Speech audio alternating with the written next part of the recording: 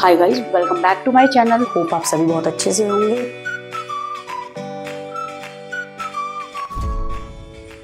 Students, welcome back to my channel. Hope आप सभी बहुत अच्छे से होंगे। बेटा, आज हम करने जा रहे हैं chapter 4 of business studies, that is planning. चलिए फिर हम स्टार्ट करते हैं प्लानिंग। और जिन बच्चों ने सब्सक्राइब नहीं करा है, प्लीज जाकर के सब्सक्राइब कर दीजिए ताकि ज्यादा से ज्यादा बच्चे हम तक जुड़ पाए और उनका भी फायदा हो सके। जल्दी से जाकर हमें सब्सक्राइब करें and bell icon button press कर दीजिए। चलिए फिर हम स्टार्ट करते हैं। प्लानिंग क्या होता है? देखिए बेटा, प्लानिंग क्या होता है, मैं आपको पहले बताना चाहती हूँ प्लानिंग क्या होता है। आपने सुना भी होगा, जब भी जैसे फॉर एग्जांपल हम क्लास 12th में हैं और हम ये प्लान करते हैं कि हमें अपने एग्जाम में, बोर्ड एग्जाम में 90+ % लेकर के आनी है। कोई ये भी सोचता होगा कि मैं तो 98% लेकर के आऊंगी। तो क्या चीज होता है? Planning is always done for the future and not for the past. जब भी हम प्लानिंग करेंगे वो हमेशा फ्यूचर के लिए होगी, पास्ट के लिए तो कोई भी प्लान नहीं बनाता है। तो क्या चीज होगा? सेम ऑर्गेनाइजेशन के अंदर प्लानिंग पहले से करी जाती है सो दैट हम गोल एम अचीव कर पाए। अब कोई भी बिजनेस स्टार्ट होता है बेटा, तो बिजनेस का मेन एम क्या होता है? Profit maximisation.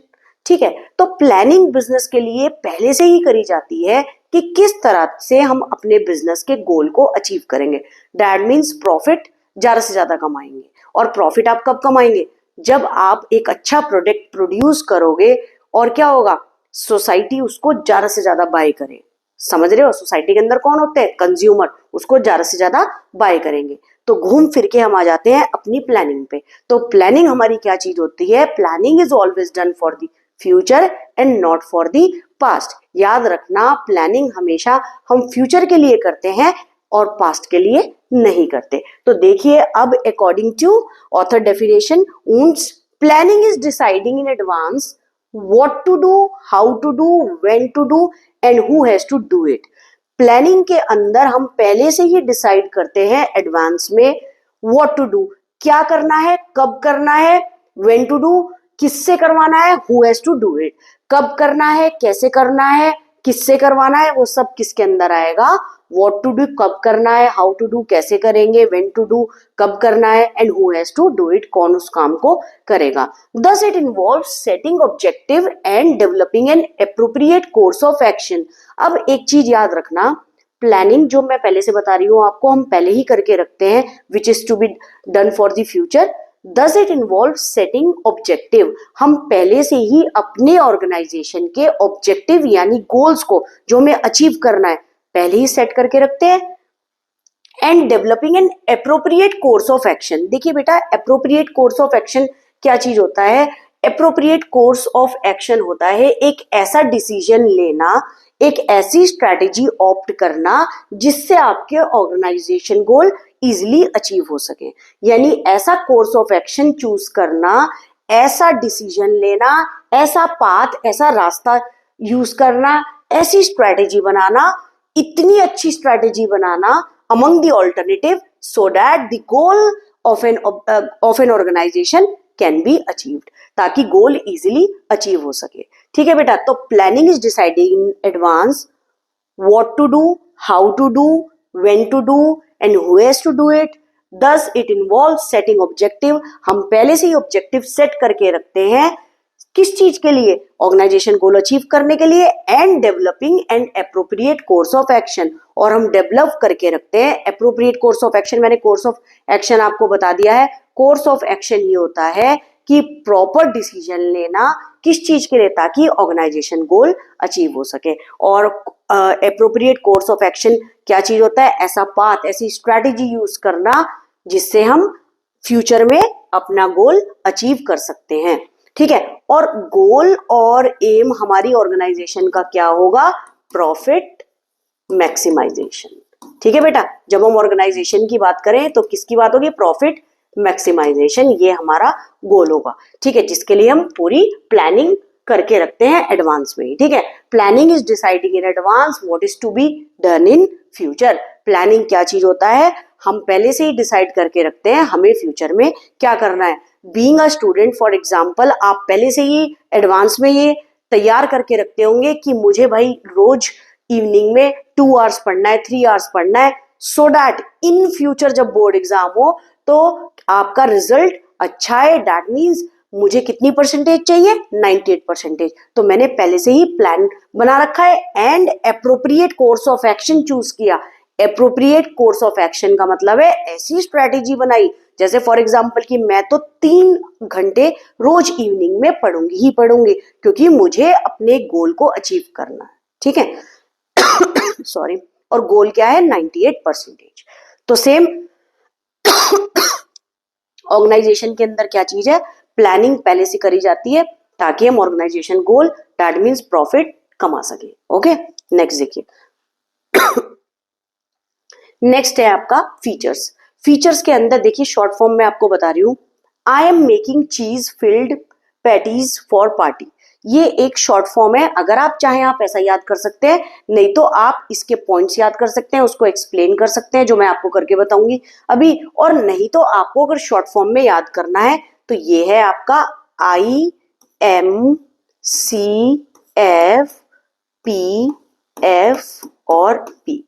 ये आपसे कोई भी पूछे फीचर्स क्या है इसके, I M C F P E P, ये एक शॉर्ट फॉर्म होता है, याद करने का तरीका होता है, ट्रिक होती है। अगर फीचर्स याद करने हैं तो आप प्लानिंग के फीचर्स, आई एम मेकिंग चीज फिल्ड पैटीज फॉर पार्टी, इसका शुरू का एक वर्ड ले लेंगे, I stand for involve decision making. और आप इन पॉइंट्स को आगे पीछे भी लिख सकते हैं, अगर आपके एग्जाम में क्वेश्चन है write down the features of planning, तो जरूरी नहीं है आप इसको एक लाइन में ही लिखेंगे, आप आगे पीछे भी इसको लिख सकते हैं, नॉट अ प्रॉब्लम। सिर्फ और सिर्फ हम किसमें, प्रोसेस में जो स्टेप्स होते हैं उसको एक जैसा ही लिखते हैं, ठीक है बेटा। Mental exercise, continuous, focus on achieving objectives, primary function of management, futuristic और परवेसिव। अब हम इसकी डिटेल पढ़ेंगे। और यहां याद रखना, I stand for involve decision making, इसका फर्स्ट वर्ड ये होगा आपका, जो इस शॉर्ट फॉर्म में लिखा हुआ है ये इसकी फुल फॉर्म मैंने बता दी। M stand for mental exercise, C stand for continuous, F stand for focuses on achieving objective, P stand for primary function of management, F stand for futuristic and P stand for pervasive. Together क्या है, IMCFPEP। मेरे साथ एक बार video को pause करके बोल दो, IMCFPEP, IMCFPEP। Okay, ठीक है बेटा, IMCFPEP फुल फॉर्म याद कर लेना इसकी। देखिए अब है नेक्स्ट आपका प्लानिंग इन्वॉल्व डिसीजन मेकिंग। देखिए प्लानिंग क्या इन्वॉल्व करता है, डिसीजन मेकिंग। ये आप एज अ हेडिंग लिख सकते हैं एंड देन उसके बाद स्टार्ट करना, planning involve decision making as it involves rational thinking. अच्छा बेटा, रैशनल थिंकिंग क्या होती है, रैशनल थिंकिंग आपकी होती है एबिलिटी टू थिंक वाइसली, एक अच्छा डिसीजन लेना, एक अच्छी तरह से सोच रखना। तो क्या चीज है, as it involve rational thinking to choose the best alternative. अब एक बात ध्यान से सुनना, in planning involve decision making as it involve rational thinking. Rational thinking क्या होती है, एबिलिटी टू थिंक वाइसली, एक अच्छा डिसीजन लेना, ठीक है। Choose the best alternative in order to achieve the desired goals efficiently and effectively. देखिए best alternative का मतलब यहाँ क्या चीज होगा, अपनी ऑर्गेनाइजेशन के गोल को अचीव करने के लिए एक बेस्ट मेथड ऑप्ट करना, ताकि ऑर्गेनाइजेशन गोल क्या चीज हो सके, अचीव हो सके। दैट मीन्स एक ऐसा मेथड, एक ऐसी स्ट्रैटेजी यूज करना, एक ऐसा डिसीजन वाइसली लेना ताकि ऑर्गेनाइजेशनल गोल अचीव हो सके इफेक्टिवली एंड व्हाट, एफिशिएंटली। अब एक चीज याद रखना, यहां पर आपका एफिशिएंटली का मतलब होता है, एफिशिएंटली का मतलब होता है आपका लेस टाइम में किसी ऑब्जेक्टिव को अचीव करना, और इफेक्टिवली का मतलब आपका होता है लेस कॉस्ट में, ठीक है बेटा। यहां पे C stand for come cost and F stand for what, less time, ठीक है। यहाँ पर F स्टैंड फॉर व्हाट, मैं आपको मैंने ऐसे ही बताया, आपको लिख करके बता दूं कि इसकी फुल फॉर्म क्या है, ठीक है बेटा, देख लीजिएगा। देखिए यहाँ पर F जो है आपका क्या है, लेस टाइम, और यहाँ पर C क्या है, लेस कॉस्ट। याद रखना, एफिशिएंटली एंड इफेक्टिवली, ठीक है, लेस टाइम में एंड लेस कॉस्ट में। अब है आपका planning is a mental exercise, ठीक है। प्लानिंग आपका मेंटल एक्सरसाइज कैसे है, as it is based on intellectual thinking. Intellectual thinking होता है वाइसली थिंक करना, ठीक है, एक अच्छा डिसीजन लेना ऑर्गेनाइजेशन के अंदर इन्वॉल्व फोरसाइट। फोरसाइट होता है फ्यूचर के लिए देखना कि फ्यूचर में हम ऑर्गेनाइजेशनल गोल कैसे अचीव कर पाएंगे। विजुअलाइजेशन करना, ठीक है, एंड जजमेंट करना। देखिए प्लानिंग आपका गेस वर्क नहीं है। Planning is not depend upon the guess work कि आपने गेस कर दिया कि भाई ये अच्छा हमारा हो सकता है काम और हम ऑर्गेनाइजेशन गोल गेस वर्क पे नहीं अचीव कर सकते। प्लानिंग एक मेंटल एक्सरसाइज है जिसके अंदर it is based on intellectual thinking, intelligently wisely किसी चीज को सोचना कि हम ऑर्गेनाइजेशनल गोल कैसे अचीव कर सकते हैं, ठीक है। फिर है इन्वॉल्विंग फोरसाइट। फोरसाइट का मतलब है फ्यूचर को देखना कि फ्यूचर के अंदर हम ऑर्गेनाइजेशनल गोल कैसे अचीव कर सकते हैं। फिर विजुअलाइज करना, फिर जजमेंट देना उसमें रेदर देन गेस वर्क, ठीक है। तो आपका प्लानिंग क्या है? मेंटल एक्सरसाइज है जो इंटेलेक्चुअल थिंकिंग पे बेस्ड है सारा का सारा, ठीक है। Thinking wisely, properly, high level पर थिंक करना कि इन्वॉल्विंग फोरसाइट की फ्यूचर को कैसे, फ्यूचर के अंदर कैसे ऑर्गेनाइजेशन गोल अचीव कर सकते हैं, देखना कि फ्यूचर में कैसे ऑर्गेनाइजेशन गोल अचीव कर सकते हैं, विजुअलाइज करना, फिर जजमेंट देना उस पर रादर देन गेस वर्क, ठीक है। अब है आपका next, planning is continuous process. Planning continuous कैसे है? एज, देखिए प्लानिंग कंटिन्यूअस प्रोसेस कैसे है? As plan needed to be made on a continuous basis. देखो बेटा प्लानिंग हमेशा फ्यूचर के लिए बनती है।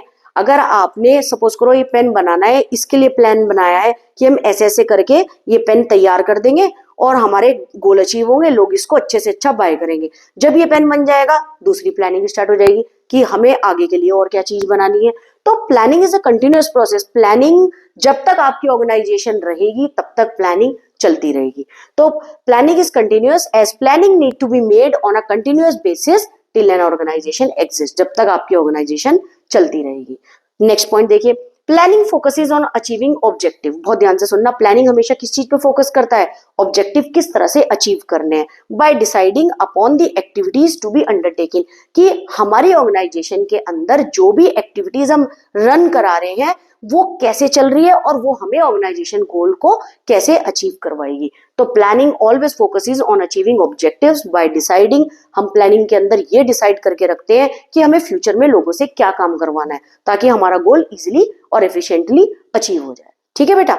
आगे देखें, आगे है आपका planning is a primary function. देखिए प्लानिंग जो आपका बेसिक फंक्शन है, आपको याद भी हो मैंने फंक्शन ऑफ मैनेजमेंट में आपको सबसे पहला क्या बताया था? Planning, organising, staffing, directing, controlling, याद है? तो बेसिक सबसे पहला फंक्शन क्या है? जब भी ऑर्गेनाइजेशन ओपन होगी तो उसके अंदर पहला फंक्शन क्या लगेगा? भाई स्टार्ट कर दो प्लानिंग, तभी हमारे गोल अचीव होंगे। तो planning is a primary function as it precede all function of management. देखिए एक बात याद रखना, प्लानिंग हमारा प्राइमरी फंक्शन है क्योंकि ये कॉम्बिनेशन किसका है? ये प्रीसीड कॉम्बिनेशन किसका है बेटे?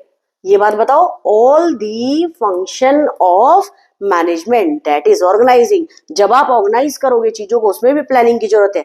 स्टाफिंग करोगे ये उसके अंदर भी प्लानिंग की जरूरत है। Staffing, placing a right person at right job, directing, लोगों को गाइडेंस प्रोवाइड करोगे उसमें भी प्लानिंग की जरूरत है। एंड कंट्रोल करोगे चीजों को उसमें भी प्लानिंग की जरूरत है। तो it is the combination of all the function that is the planning, organising, staffing, directing, controlling. Okay, तो ये प्राइमरी फंक्शन है। जैसे कोई पूछे why planning is a primary function, as it is a combination of all the function of management. Function of management आपको पता है, very easy, planning, organising, staffing, directing, controlling, ठीक है। प्लानिंग इज फ्यूचरिस्टिक, मैंने आपको बताई रही हूं मैं आपको पहले से, planning is always done for the futuristic, future के लिए होती है, तो ये क्या है? Futuristic as it seeks to meet future event effectively to the best advantage of the organisation. Planning is therefore called a forward looking function. बहुत ध्यान से सुनना ये वाला point, planning is futuristic. Planning हमेशा फ्यूचरिस्टिक क्यों कहलाई जाती है? It is also called forward looking function. कभी भी हम प्लानिंग को, जो भी बीत चुका है, पास्ट के लिए नहीं देखते, प्लानिंग को हमेशा हम फॉरवर्ड यानी फ्यूचर के लिए देखते हैं कि हमें फ्यूचर में किसी चीज को, किसी एम को, किसी गोल को, किसी ऑब्जेक्टिव को, चाहे whether it may be a student life से रिलेटेड हो, ये किसी ऑर्गेनाइजेशन के लिए हो, तो क्या चीज होता है? फ्यूचर के लिए हम किसी एम को कैसे अचीव करें, ठीक है बेटा। तो इसमें अगर हम बात करें ऑर्गेनाइजेशन की, तो planning is futuristic as it seeks to meet future event effectively. देखिए जो चीज आपकी ऑर्गेनाइजेशन को फायदा दे, फ्यूचर इवेंट यानी कि सपोज करो आज मैंने 10 पेन बनाए, मेरी कोई ऑर्गेनाइजेशन है, इन फ्यूचर मुझे ये 1000 पेन बनाने हैं, समझ रहे हो? तो फ्यूचर इवेंट के लिए मुझे क्या करना होगा? प्लान करना पड़ेगा, जो कि किस चीज के लिए? फ्यूचर के लिए, फॉरवर्ड। समझ गए क्या चीज का? आज मैंने ये पेन बनाए 10 और ये सेल आउट हो गए, अब इन फ्यूचर मुझे ये 1000 पेन बनाने हैं, तो ये फ्यूचर में ही तो बनाना है। समझ रहे हो? सपोज करो इसकी सेल बहुत अच्छी हो, मैं 1000 पेन भी बना रही हूँ, मेरे पास ऑर्डर है, तो ये किसके लिए? फ्यूचर के लिए। तो फ्यूचर इवेंट के लिए, ताकि बेस्ट एडवांटेज हमारी ऑर्गेनाइजेशन को हो, ठीक है, तो planning is therefore called a what? Forward looking function. I hope आपको बहुत अच्छे से समझ आ रहा हो, ठीक है, इजी टॉपिक है और अच्छे से समझना बेटा, अच्छे से पढ़ना, ठीक है। Planning is pervasive as it is required at all the level of management but its scope may vary। बहुत ध्यान से सुनना। प्लानिंग इज परवेसिव, परवेसिव का मतलब होता है एप्लीकेबल टू एवरीवेयर। प्लानिंग हमेशा हर जगह पे जरूरी चाहिए ही चाहिए, मैंने आपको बताया भी। जैसे planning is pervasive as it is required at all the level. पहले आप मुझे बता दीजिए, हल्का सा रिवाइज अगर आपने करा हो, लेवल ऑफ मैनेजमेंट कितनी होती है? Top level, middle level, lower level. तो बोल रहे प्लानिंग रिक्वायर्ड कहाँ करती है, कहाँ जरूरी होती है? हर जगह। जैसे at the levels of management but it scope में वेरी, लेकिन इसका स्कोप क्या करता रहता है? वेरी, की प्लानिंग कहाँ पर जरूरी है, ठीक है। प्लानिंग हर जगह जरूरी है, लेकिन इसका स्कोप वेरी करता रहता है। जैसे आपको एग्जांपल दे दूं, आप सोचो क्या लिखा हुआ है। सपोज करो मेरा ऑर्गेनाइजेशनल गोल ये है कि मुझे 1 साल के अंदर 10 लाख प्रॉफिट कमाना है। समझ गए बेटा? एक स्मॉल ऑर्गेनाइजेशन हो वो, और एक बिग ऑर्गेनाइजेशन है जिसका मेन एम ये है कि उसको प्रॉफिट कमाना है हर साल 50 लाख रुपीस। तो क्या हो गया?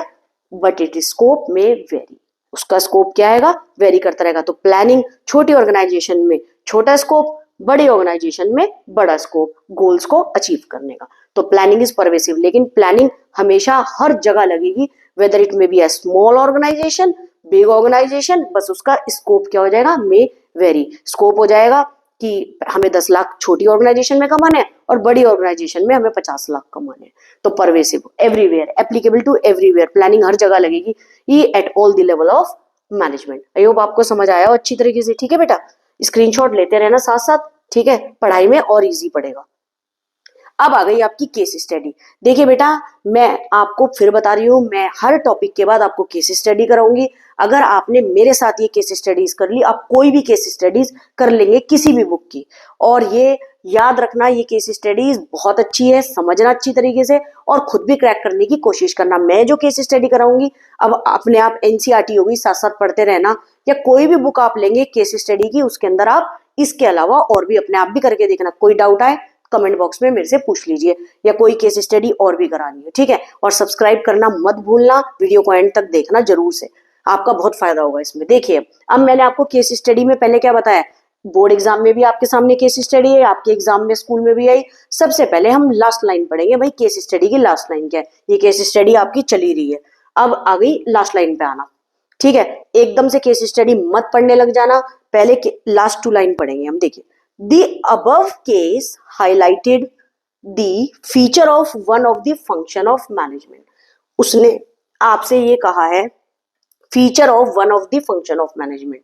अब पहले हम, उसने कहा है किसी चीज के फीचर्स पूछ रहा है वो आपसे, और ये पूछ रहा है ये जो केस स्टडी है इसमें कौन सा फंक्शन ऑफ मैनेजमेंट लगेगा। और फंक्शन हमारे पास कौन कौन से है? Planning, organising, staffing, directing, controlling. अब बाकी हमें केस स्टडी से पढ़ के पता चलेगा भाई इसके अंदर कौन सा फंक्शन लग रहा है और ये किसके फीचर्स पूछ रहा है, क्योंकि इन 5 में से ही एक फंक्शन है और इसके फीचर्स पूछ रहा है। समझ गए बेटा? ठीक है। अब है by quoting lines from the above identify and explain these features.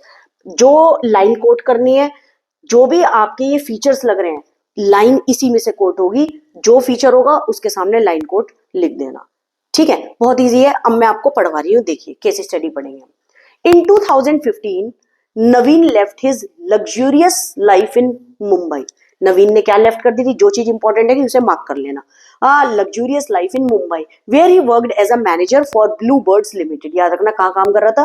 Blue Birds Limited में। He shifted to Begampur Chhattisgarh to fulfil his grandmother's dream of converting their 25 एकड़ एंसेस्ट्रल लैंड। एंसेस्ट्रल लैंड क्या होता है? पूर्वजों की जमीन। याद रखना, जो पूर्वजों की जमीन होती है, into a fertile farm, farming करने के लिए, ठीक है। For this he set out specific goal along with the activities to be performed to achieve the goal। for this उसने क्या सेट कर दिया? स्पेसिफिक गोल सेट कर दिए कि along with the activities जो उस फार्म के अंदर परफॉर्म्ड होगी ताकि वो गोल अचीव कर पाए। Every activity was a challenge since clueless about farming. देखिए बेटा, नवीन को फार्मिंग के बारे में कुछ नहीं पता था तो क्लूलेस था, फार्मिंग के बारे में तो उसे कुछ नहीं पता था, वो तो जॉब कर रहा था, लग्जरीज लाइफ इंजॉय कर रहा था। लेकिन उसने अपनी ग्रैंड माँ का सपना पूरा करने के लिए वो कहाँ आ गया था, बेगमपुर छत्तीसगढ़, जिसमें उसकी पूर्वजों की प्रॉपर्टी पड़ी थी जो कितनी थी 25 एकड़, जिसपे वो फार्मिंग करना चाह रहा था। ठीक है, लेकिन उसने क्या करा, he learn every activity from filling the land to sowing the seeds. Land को फिल करना और सीड्स को बोना। ठीक है, to aid farmers to launch his own company innovative agriculture solution Private Limited. देखिए एक बात याद रखना, to aid farmers to launch, उसने एक कंपनी खोल दी है Innovative Agriculture Solution Private Limited. It was difficult initially, no one trusted an urban youth. देखिए जो सिटी में रहने वाला एक यूथ पर्सन था, ठीक है, टेलिंग फार्मर्स अबाउट फार्मिंग, वो कोई यकीन नहीं कर रहा था फार्मर्स, क्योंकि एक यूथ जो पढ़ा लिखा है, जो बाहर से आया है मुंबई से, तो वो क्या कर रहा है, मुंबई से आकर के फार्मर को फार्मिंग के बारे में बता रहा है, तो कोई ट्रस्ट नहीं कर रहा था पहले तो। But when everything was discussed it detail the farmers started taking interest। Farmers ने इंटरेस्ट लेना स्टार्ट कर दिया। ही wanted to ensure that the future events meet effectively the best interest, यहाँ पे बेस्ट नहीं है, the best interest of the company through sales forecasting. अब sales forecasting है सेल्स को बढ़ाना। He prepared an annual plan for production and sales. देखिए उसने सेल्स को अपनी बढ़ाने के लिए फार्मर्स को पहले बताया जाकर के फार्मिंग के बारे में। पहले तो फार्मर्स ने इंटरेस्ट नहीं लिया, किस चीज, क्यों, क्योंकि वो ये सोच रहा था कि इसको फार्मिंग के बारे में क्लूलेस है, कुछ नहीं पता है। लेकिन बाद में जब फार्मर ने उसने बताना स्टार्ट करा, इंटरेस्ट लेना स्टार्ट करा कंपनी में, तो सेल्स को बढ़ाने के लिए ही प्रिपेयर्ड एन एनुअल होता है 1 ईयर के लिए प्लान बनाना स्टार्ट करा for the production and the sales. ठीक है बेटा, अब देखें आगे भाई, अब आगे क्या हुआ, he also found that the farmers grow only paddy. Paddy का मतलब होता है चावल, ठीक है, राइस को ग्रो करना, ठीक है, which was an activity to 3 to 4 month. ये सिर्फ पैडी को ग्रो करेंगे तो ये 3 से 4 मंथ के लिए काम होता है। And the land remains idle, खाली रह जाता है रेस्ट 8 से 9 महीने के लिए, कि चावल को उगा दिया एंड उसके बाद 3 to 4 मंथ्स के अंदर इसको चावल को उगा दिया और काम करा, और बाकी लैंड क्या रहेगा, idol. He not only identified but evaluated various alternative through which, बेटे कोई लाइन आई है ध्यान से सुनना, evaluating alternative course of action। और आपको पता भी होगा alternative course of action में भी आपको कहाँ पढ़ा रही थी, प्लानिंग के अंदर यूज होता है। आगे मैं और टॉपिक पढ़ाऊंगी आपको और क्लियर हो जाएगा अच्छे से, ठीक है। Through which the farmer could be utilised for the remaining month of the year. देखिए बेटा अब क्या चीज हुआ, ही नॉट ओनली, किसकी बात हो रही है, नवीन। नवीन ने क्या करा है, he not only identified but evaluated various alternative through which the farmer could be utilised for the remaining month of the year. ठीक है, कि जो और ईयर बचे हुए हैं 8 से 9 महीने की, उसके अंदर भी वो कोई काम कर सके। तो through correct foresight and logical and systematic thinking based. अब देखो थ्रू फोरसाइट, अभी मैंने पढ़ाया है आपको, foresight, logical and systematic. Foresight proper decision लेना, फ्यूचर में क्या कर सकते हैं ये चीज देखना, किसमें था, मैं आपको एक बार दिखाना भी चाह रही हूँ बेटा, ये देख लीजिए, futuristic as it seeks to meet future event effectively. ठीक है बेटा, और इसके अंदर एक चीज और है, intellectual thinking involving foresight visualisation. Planning is a mental exercise. कौन सा फीचर है यहाँ पे, मेंटल एक्सरसाइज। आई होप आपको समझ भी आ रहा हो, ठीक है, याद रखना। तो अब यहां देख ले रहे हैं, अर्बन यूथ टेलिंग, ये वाला हमारा हो गया था। आगे देखें, through correct foresight and logical and systematic thinking based on analysis of all the fact and alternative were examined and evaluated, he presented the plan to the farmer. उसने ये पूरा प्लान फार्मर्स को दिखाया कि 8-9 महीने में भी हम कुछ काम कर सकते हैं, ये चीज देखा कि फ्यूचर में क्या चीज हो सकती है। वेयर आफ्टर हार्वेस्टिंग पैडी, यानी राइस को हार्वेस्ट करने के बाद, ठीक है, यानी राइस को उगाने के बाद हम क्या कर सकते हैं, वेजिटेबल्स कुड बी ग्रोन। हम क्या काम कर सकते हैं, वेजिटेबल भी भाई फार्म में ग्रो कर सकते हैं। The above case highlighted the features of one of the function of management by coating line from the above, identify explain these features. अब आपसे उसने फीचर्स के लिए पूछा है भाई, सारे के सारे आपको इसमें पढ़ो और इसके अंदर फीचर्स। पहले मैं आपको फीचर्स की तरफ लेकर के जाऊं, मैं थोड़ा सा आपको बताना चाहती हूँ बेटा। देखिए, ये देखिए, planning focuses on achieving objective. सबसे पहले नवीन ने क्या चीज करा, नवीन ने ऐसा प्लान बनाया ताकि वो अपने एम को अचीव कर पाए, क्योंकि वो मुंबई से कहाँ आया था, मैंने आपको बताया था छत्तीसगढ़। किस चीज के लिए, अपनी ग्रैंड माँ का ड्रीम फुलफिल करने के लिए, जिसमें उसको पूर्वजों की प्रॉपर्टी मिली, फिर उसने फार्मिंग स्टार्ट करी। तो ये हो गया आपका। फिर है आपका, देख लीजिए, planning is done for the futuristic, futuristic है, ठीक है। अब मैं आपको दिखाई दूं, देखिए बेटे, मैंने बताया focus is on achieving objective, futuristic, mental exercise, decision making.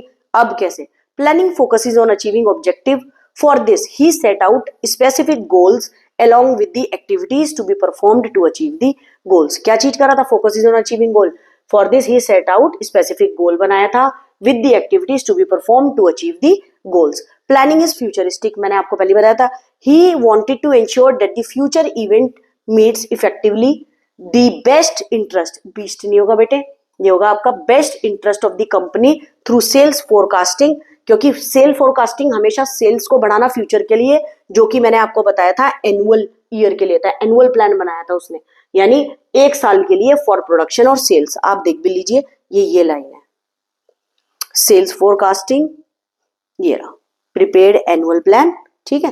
Through sales forecasting he prepared an annual plan for production and sales. आपको पता होना चाहिए कोट लाइन करके कहाँ है, फ्यूचर के लिए बात कर रहे हैं तो क्या है, planning is always done for the future, तो ये प्रिपेयर्ड कर रहा है एनुअल प्लान, एनुअल प्लान एक साल का प्लान, ठीक है बेटा। अब चले आगे, अब देखिए mental exercise, through correct foresight and logical. Mental exercise में क्या था, आपको मैंने बताया था, फोरसाइट फ्यूचर को देखना, लॉजिकल थिंकिंग रखना and systematic proper thinking based on analysis of all the fact. Analyse करना कि ये फैक्ट जरूरी है, मुझे ऑर्गेनाइजेशनल गोल इजिली अचीव करवा पाएंगे, वो सब चीज को चेक करना, फोरसाइट करना, लॉजिकल, ठीक है। फिर है planning involve decision making, he not only identify but evaluate various alternative उसने ध्यान में रखे, through which the farms could be utilised for the remaining months of the year. तो ये डिसीजन मेकिंग हुआ, प्रॉपर डिसीजन मेकिंग करी ताकि वो वेजिटेबल्स भी क्या कर सके, ग्रो कर सके। 3 से 4 महीने के लिए राइस ग्रो कर दिया, उसके बाद जो 8 से 9 महीने बचे उसमें वेजिटेबल ग्रो कर लिया। बहुत इजी है बेटा, जैसे मैं पढ़ा रही हूँ पढ़ते जाना, अगर आपको फुल मार्क्स लेकर के आने, और कोई बहुत बड़ी बात नहीं है, मेरी आपसे प्रॉमिस है, मैं आपके साथ पूरा हार्ड वर्क करूंगी, आप भी मेरे साथ हार्ड वर्क कीजिए, 100 आउट ऑफ 100 लेकर के आएंगे, बोर्ड एग्जाम में फोड़ देंगे, ये मेरा वादा है आपसे। लेकिन ज्यादा से ज्यादा बच्चे हमारे साथ जुड़िए, उनका भी फायदा हो सके, ठीक है। चलिए अब आगे देखते हैं। नेक्स्ट है आपका इंपॉर्टेंस। अब देखिए इंपॉर्टेंस के अंदर क्या है, पहले शॉर्ट फॉर्म बेटा करेंगे, आपकी मर्जी, आप शॉर्ट फॉर्म के तौर पे लर्न करना जा रहे हैं, चाहे आप इसके पॉइंट्स लर्न कर लीजिए। पहला है आपका PRRPEF, और इसका क्या है, preparing red roasted potatoes for evening.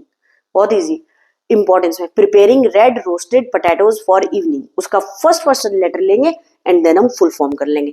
Promotes innovation, P। Reduce risk of uncertainty, uncertainty का मतलब रिस्की होता है।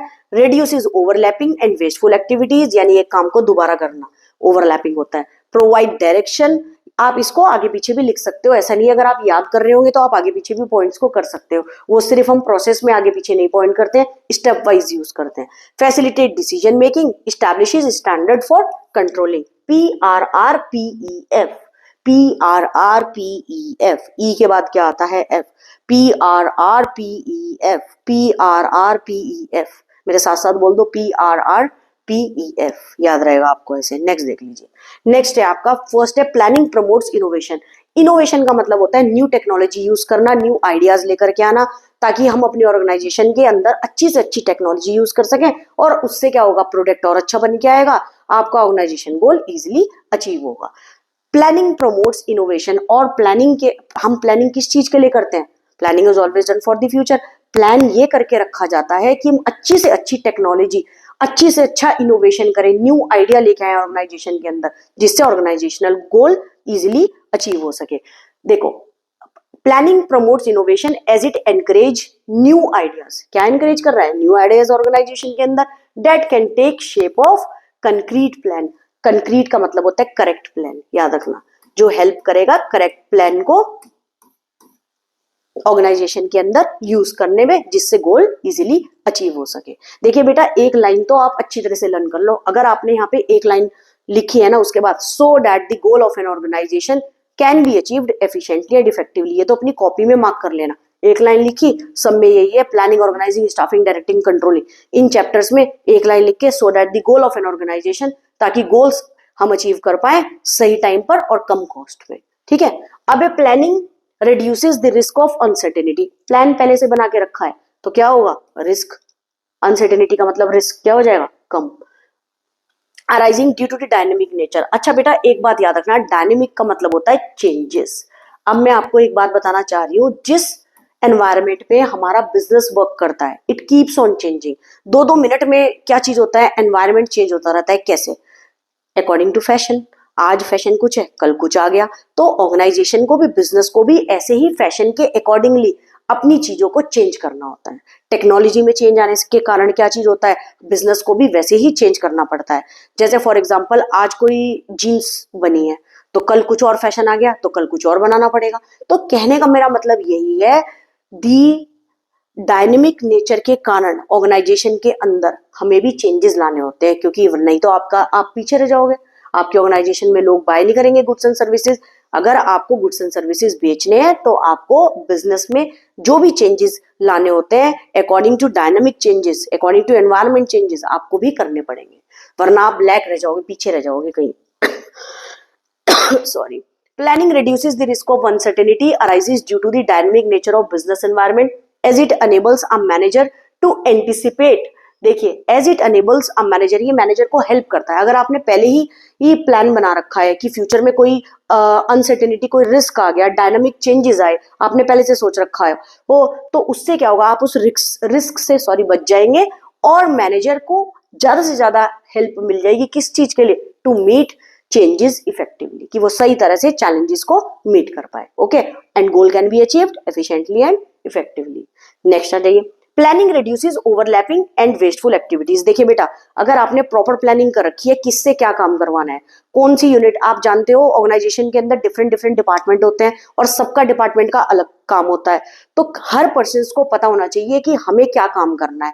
इससे वेस्टफुल एक्टिविटीज कम से कम होगी आपकी ऑर्गेनाइजेशन के अंदर और एक काम दोबारा नहीं रिपीट होगा। तो प्रॉपर प्लानिंग है तो क्या हो जाएगा, reduces overlapping and wasteful activities as it serve as the basis for coordinating. अगर आपने अच्छे से कोऑर्डिनेशन कर रखी है, अच्छे से पता है आपको किससे क्या काम करवाना है, कोऑर्डिनेशन बहुत अच्छे से हुआ, प्लानिंग बहुत अच्छे से हुई हुई है, तो क्या हो जाएगा, efforts of different division and individual same direction में रहेंगे और क्या हो जाएगा, planning reduces overlapping and wasteful activities. कोई भी काम दोबारा नहीं होगा, वेस्टफुल एक्टिविटीज नहीं होगी। ठीक है बेटा, तो ये क्या चीज होगा, as the basis for coordinating the activities and effort of different division and individual। सब एक साथ कोऑर्डिनेशन में रह करके काम कर रहे होंगे, डिफरेंट डिवीजन इंडिविजुअल्स को पता होगा हमें किससे क्या काम करवाना है और इंडिविजुअल को पता होगा हमारा काम क्या है। इससे क्या होगा, एक काम दोबारा रिपीट नहीं होगा और it reduces overlapping and wasteful activities. और वेस्टफुल एक्टिविटीज के अंदर क्या होता है, रॉ मटेरियल को सही तरह से यूज करना। ठीक है बेटा, देखिए आगे है आपका planning provides direction. Obviously planning क्या हेल्प करती है, डायरेक्शन प्रोवाइड करने में, as it acts as a guide for the deciding what course of action. मैंने कोर्स ऑफ एक्शन आपको बताया है, व्हाट बेस्ट प्लान हमें चूज करना है जिससे हम ऑर्गेनाइजेशन गोल अचीव कर पाए। मैं यहाँ लिख भी देती हूँ बेटा, बेस्ट प्लान ऑर्गेनाइजेशन के अंदर यूज करना, बेस्ट प्लान यूज करना और that should be taken to attain. Attain का मतलब होता है, अटेन ना लिख पाओ तो अचीव। ठीक है, दी ऑर्गेनाइजेशनल गोल।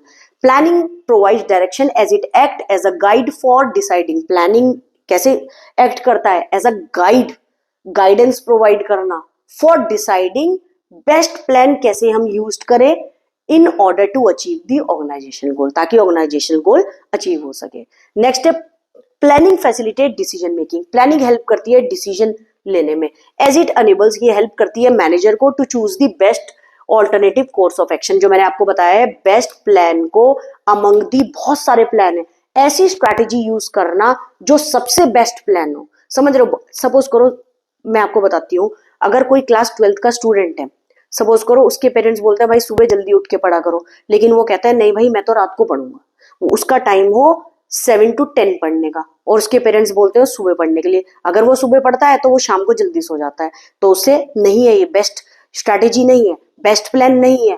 तो ऑल्टरनेटिव कोर्स ऑफ एक्शन क्या है, उसका suitable time that is 7 to 10। Same organization के अंदर बेस्ट प्लान को यूज करना अमंग द वेरियस ऑल्टरनेटिव, ठीक है, ताकि ऑर्गेनाइजेशन गोल अचीव हो सके। ठीक है, among the various available alternative in light of the present and future condition. क्या चीज देखते हुए, प्रेजेंट और फ्यूचर कंडीशन। उस बच्चे के लिए प्रेजेंट और फ्यूचर, प्रेजेंट क्या कह रहा है, मैं 7 से 10 पढ़ूंगा मेरे लिए अच्छा है, स्कूल के एग्जाम में अच्छे नंबर आए, फ्यूचर बोर्ड एग्जाम में अच्छी परसेंटेज आएगी, जो टाइम उसको ऑप्ट कर रहा हो। ठीक है, समझ गए बेटा। तो सेम ऐसी ऑर्गेनाइजेशन के अंदर क्या चीज, ऐसा best plan among the alternative choose करना जिससे प्रेजेंट और फ्यूचर कंडीशन दोनों ही अच्छी हो, organization goal efficiently and effectively achieve हो पाए। तो ठीक है, तो प्लानिंग हेल्प करता है डिसीजन मेकिंग प्रोसेस में। फिर है प्लानिंग एस्टैब्लिशेस स्टैंडर्ड कंट्रोलिंग। देखिए बेटा बहुत ध्यान से सुनना, प्लानिंग किस चीज में हेल्प करता है, एस्टैब्लिशेस स्टैंडर्ड कंट्रोलिंग। अब मैं इसका एक एग्जांपल बता रही हूँ। देखिए सपोज करो मैंने पहले से ये प्लान बनाया हुआ है कि मुझे ये पेन इस तरह का बनाना है जैसा ये है मेरे हाथ में इस समय।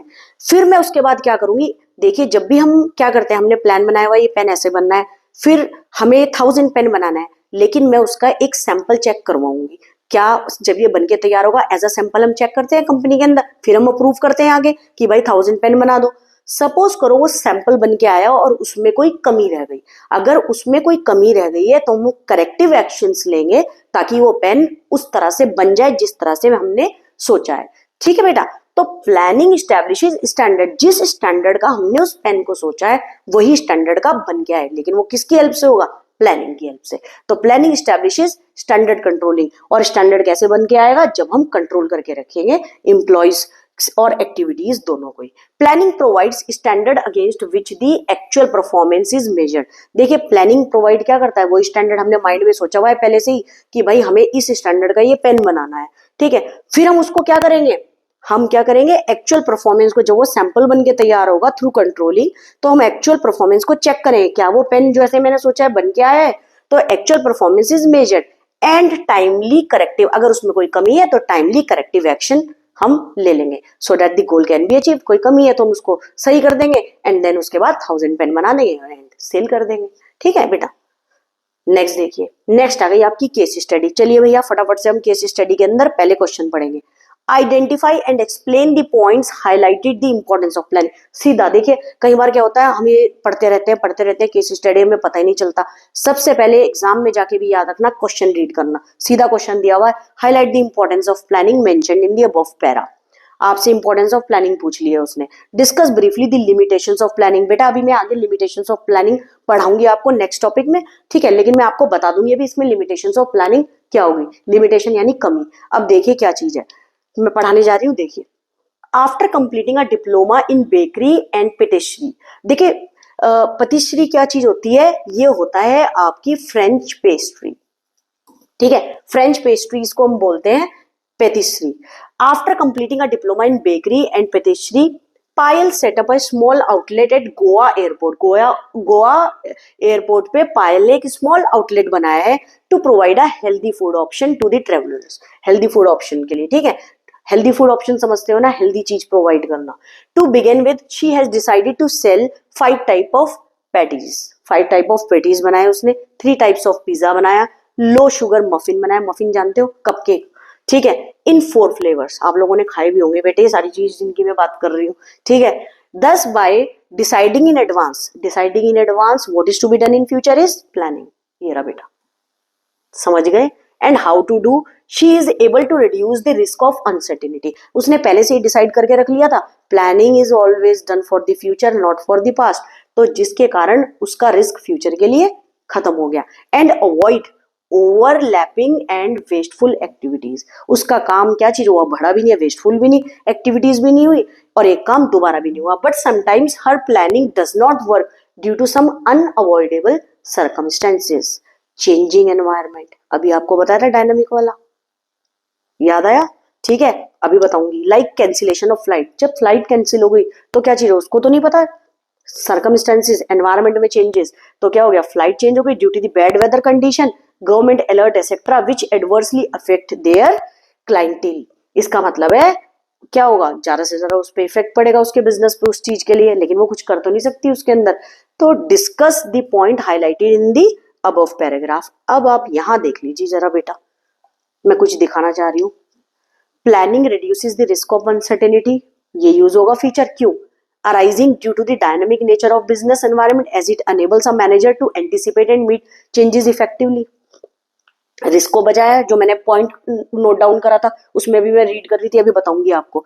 फिर क्या चीज है आपका, planning reduces overlapping and wasteful activities as it serve as the basis for coordinating the activities and efforts of different division and individual, जो मैंने आपको बताया था।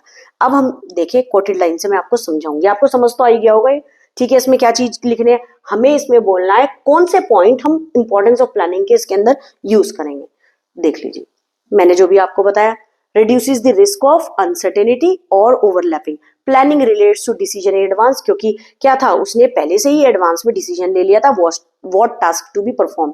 Avoid overlapping and wasteful activities, planning ensure clarity in thought and action and serve as the basis of coordinating the activities and efforts of different individual and department, जो मैंने अभी आपको बताया। आई होप आपको समझ आ रहा हो, बहुत इजी है बेटा, बहुत अच्छे से करना इसको, ठीक है, एग्जाम में आता है, इंपॉर्टेंट है। अब उसमें लिमिटेशंस ऑफ प्लानिंग बताइए। देखो बेटा लिमिटेशंस प्लानिंग की एक बता देती हूँ आपको क्या होती है। प्लानिंग में not work in dynamic environment, कुछ नहीं कर सकते। क्या हुआ, उसकी फ्लाइट क्या चीज हो गई, कैंसिल हो गई, तो उसमें वो तो नहीं कुछ कर सकती ना। तो उसमें क्या होगा, every organization has to constantly adapt itself to changes in its environment in order to survive and growth। उसको ऐसे ही अडेप्ट करना पड़ेगा। क्यों, एनवायरमेंट मैंने बताया जिस एनवायरमेंट में बिजनेस वर्क करता है इट कीप्स ऑन चेंजिंग, तो हमें उसी की तरह ही क्या करना पड़ेगा, अडेप्ट करना पड़ेगा चेंजेस को, और जिससे क्या होगा, in order to survive and growth. I hope आपको बहुत अच्छे से ये समझ में आया हो बेटे, केस स्टडीज, ठीक है बेटा, आपको ये टॉपिक अच्छे से समझ में आया हो, और मैं ये चाहूंगी मेरे साथ साथ आप इन टॉपिक्स को पढ़ते रहना, बहुत इजी है। अब केस स्टडीज जो मैंने करवा दी है, इसके अलावा आप किसी भी बुक से केस स्टडी करेंगे, अगर मेरे साथ साथ आप पढ़ेंगे, बहुत इजी लैंग्वेज में पढ़ाया हुआ है मैंने, और एंड तक वीडियो को हमेशा जरूर देखना, आपके लिए बिजनेस बहुत ईजी हो जाएगी, आप एंड में फोड़ दोगे एग्जाम को। और हम एक साथ हार्ड वर्क करेंगे, 100 आउट ऑफ 100 लाएंगे, और जल्दी जल्दी और बच्चों को भी बेटा जा करके बता दो, अपनी फ्रेंड्स को, अगर आपकी फैमिली में किसी का बच्चा भी क्लास 12th में, उसका भी फायदा करवाओ जाके। और बेल आइकन बटन प्रेस करना मत भूलना, ताकि आपको नोटिफिकेशन का पता रहे नेक्स्ट वीडियो हमारी कब आएगी। Thanks for watching.